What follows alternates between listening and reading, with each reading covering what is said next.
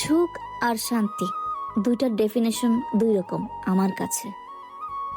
আপনাদের কাছে একরকম হতে পারে, বাট আমার কাছে দুই রকম।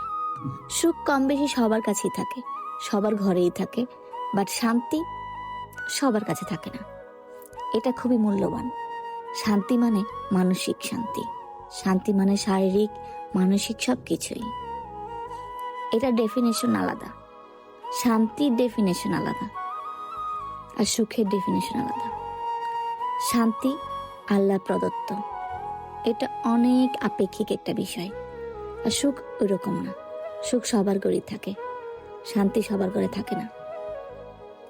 আর ডেফিনেশন যদি দেখাইতে যাই, দুইটা দুই রকমই, কিন্তু মানুষ মনে করে সুখী সব, সুখ সব না, শান্তি সব। টাকা পয়সা অর্থ সম্পদ হয়তো সুখ, বাট টাকা পয়সা অর্থ সম্পদ থাকার পর